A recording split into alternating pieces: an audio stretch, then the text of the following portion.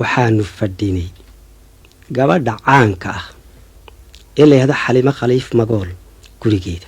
runtii bulshaanu ahayn waanu badnayn ayaa Xaliimo Khaliif waxay gashay maqsinkeedii hurdada. kadibna anigu waxaan ka mid ahaa raggii goobta fadhiyay. way ii yeedhay waxay tidhi markii aan u tegey bal waraaqdan iyo akhri. waraaqdu far carabi bay ku qoran tahay, qalin cas bay ku qoran tahay.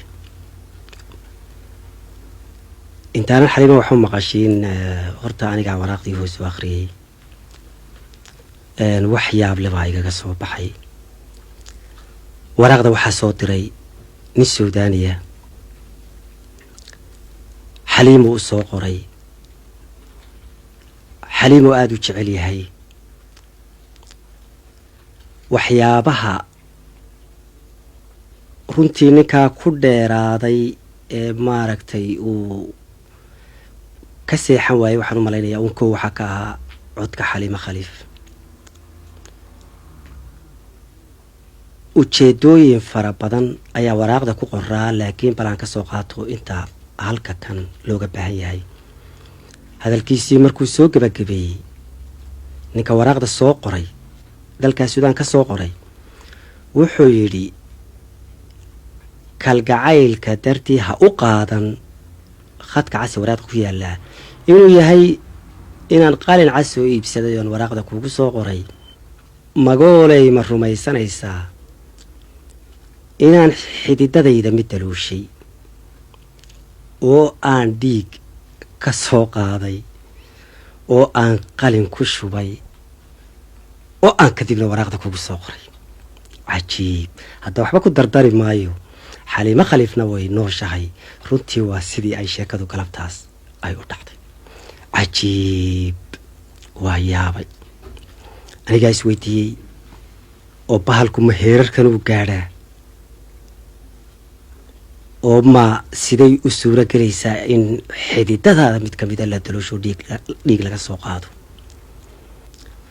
oo talow qofku markuu heerkaaba gaadhay sidaa yeelo sidee buu u qiimeyn karaa qofka waraaqda loo soo qoray oo talow ummadeennu halkay ka joogtaa bal bahalka dhinacyadiisa kala duwan in la barto ama daacad laga noqdo ama la cadeeyo oo la muujiyo inay dhabkaa tahay. yani maxaa lagu rumaysan karaa qof marka uu yidhaahdo qof waan ku jeclahay muxuu qofka kale ku rumaysan karaa inuu jecel yahay? maxaa caddayn kara weeyaan su-aashu. hees tuduc ama laba tuduc oo heestan ka mid a ayaan berigaa ka tiriyey warqadda iyada ah, laakiin wakhti dambe oo aan arkay mawduucaasi inuu aada xiise u leeyahay ayaan kordhiyey. hadraawi taasi waxay ahayd sidii ay kuugu dhalatay heestan la yaabka leh.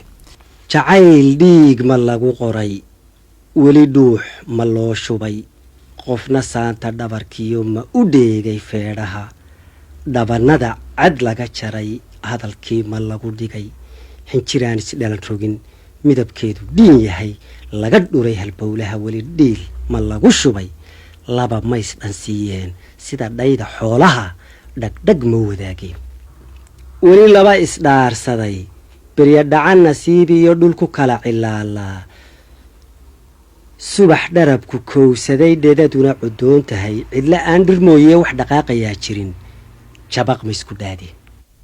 laba qofoo aada isu jeclaayoo waayuhu kala kaxeeyeenoo kala tegayoo laga yaabo inuu ninkii sidii caadadu ahaan jirtay uu dhoofay, tacabiray, meel kale u kacay. gabadhiina isagii markay arki weyday ay ka irdhowday dadkii kale iyo guryihii, kadibna ay baydaday, hawdka iska gashay, ugaadha ka mid noqotay, weheshatay cidlada iyo foorida galoolka iyo bahalaha amtooda. yani ma samaysatay degaan cusub iyo saba cusub iyo duni cusub iyo saaxiibo cusub. kadibna muddo dheer ka bacdi iyadoo gabadhii berigaa ay cid ugu dambaysay inankii ma soo noqdayoo halkii ugu dambaysay ma yimiyo ma ka waayay gabadhiiyo ma waraystay cid ma weydiiyo ma lagu yidhi maalintii aad dhaqaaqday baa noogu dambaysayo tilmaan ma weydiiyey dhinaca ay u dhaqaaqday markii ugu dambaysayo jihadii ma loo tilmaamayo halkaa isaguna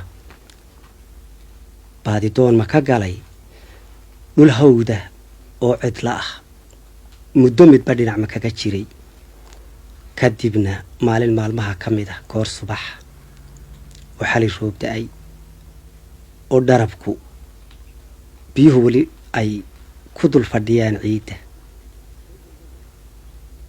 oo dhedadu ay doogga iyo caleenta saaran tahay gabadhiyo iskeed isaga socota oo intii ay tiqiina mooye ay hawdkan iyo cidladan ku baratay mooyaane cid kale filaynin dabadeeda sanqadh ma ka dhaadi ma istidhi waa bahal ma jalleecday mise weli laba isdhaarsaday beryo dhacan nasiib iyo dhulku kala cilaalaa subax dharabku kowsaday dhedaduna cudoon tahay cidla aan dhir mooye wax dhaqaaqayaa jirin jabaq ma isku dhaadeen kulankii dhabta ahaa riyo dhiifi keentiyo dhalanteed ma moodeen sida ay dhadhabayaan dhowr jeer ma silileen afdhabaan dhabjamashada ma ka dhoofay hadalkii bal dhawaaqna kay tahay dhihiddii ma waayeen ma ka dhabaqday xaajadu dib bay eegtay mise waa inankii ayaan darrada dhacday waxay ahayd in labadoodii midna hadal ka soo bixi waayey uu qofka kale kula hadlo ama ku bariidiyo ama ku salaamo ilma dhalatay xiisuhu sida dhibic mahiigaan ma ka qubatay dhaayaha ma ku qoyey dharkoodii naxariis ma dhidideen iyagoo dhan qalankii dheeldheeli mooye dhegna aanay kaga jirin kolba erey dhexroorkiiyo dhumucdii ka maqan tahay dhidfinaya keligii kadib 10 dharaarood carabkiiyo dhan xanagii dhirin dhiris ma ku heleen dabeedna 10 maalmood bay ku qaadatay inta labadii qof oo wax hadalihii ka soo baxo oo weliba hadalka 10 cisho ka bacdi ka soo baxayna aanu ahayn mid hadal buuxa aanu ahayn hadba erey barjaban ama erey maroora iyo erey aan isku xidhnayn markaa dirqi 10 cisho ka bacdi intii markay ku qaadatay inay hadlaan dabeetana erey marba erey aan sugnayn ma heleen waa isku salaaman wada hadlaan